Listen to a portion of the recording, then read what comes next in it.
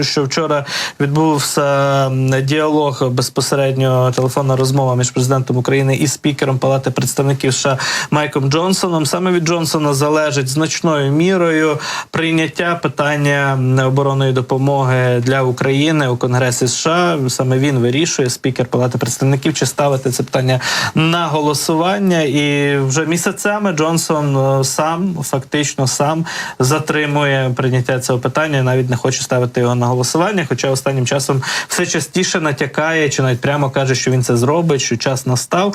Але чи от розмова президента Зеленського спонукає таки, чи стане от таким останнім фінальним аргументом для Джонсона поставити питання голосування до оборонної допомоги України у Конгресі, в Палаті представників, поки що питання відкрите. Послухаємо, як сам президент Зеленський про цю розмову згадував у вечірньому зверненні до народу, до країни.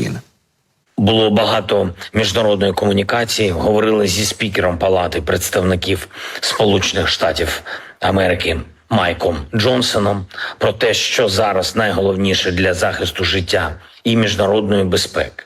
Я поінформував про ситуацію на фронті зараз, про триваючі російські удари по наших містах. Цей їхній терор лише збільшується і може бути зупинений тільки фізичною силою нашого захисту.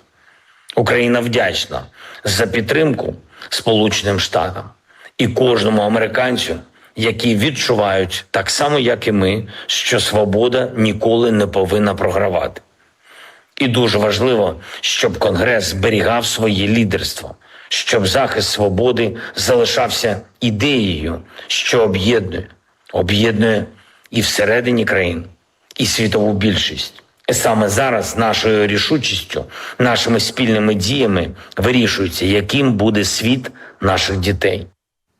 Отже, очікується, що після Великодня, якраз які от уже святкують у західних країнах, повернуться до розгляду питання безпекового законопроекту у Конгресі США, якраз конгресмени, і, зокрема, проголосують за ініціативу з оборонної підтримки України.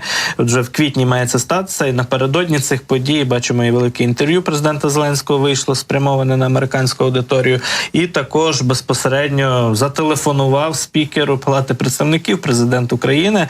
Бачимо, що в принципі, хоча це, так би мовити, розмова на різних рангах, Майк Джонсон – це не перша особа у Сполучених Штатів, скажімо так, у Сполучених Штатах це не президент США, навіть не віце-президент, скажімо так, але все одно це дуже впливовий політик, і довелося говорити з ним вкотре безпосередньо вже президенту Зеленському і пояснювати, переконувати, що оборонна підтримка України не має бути негайно проголосована якнайшвидше, тому що кожен день це велика ціна для нашого суспільства, для нашого народу і для наших Збройних сил.